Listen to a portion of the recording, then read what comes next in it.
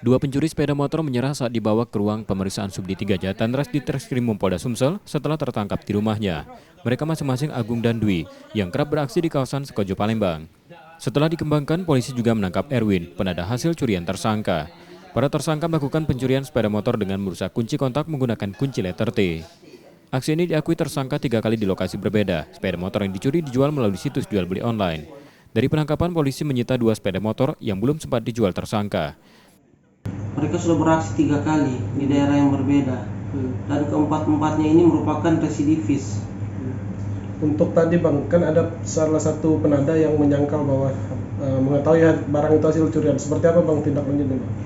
Tetap kita proses karena berdasarkan hasil BAP dan hasil penyelidikan kami bahwa yang bersangkutan membeli motor tersebut dalam keadaan tidak dilengkapi surat-surat, tidak ada nomor polisi, dan kondisi motor pada waktu itu rumah kunci setirnya sudah rusak, sudah jebol.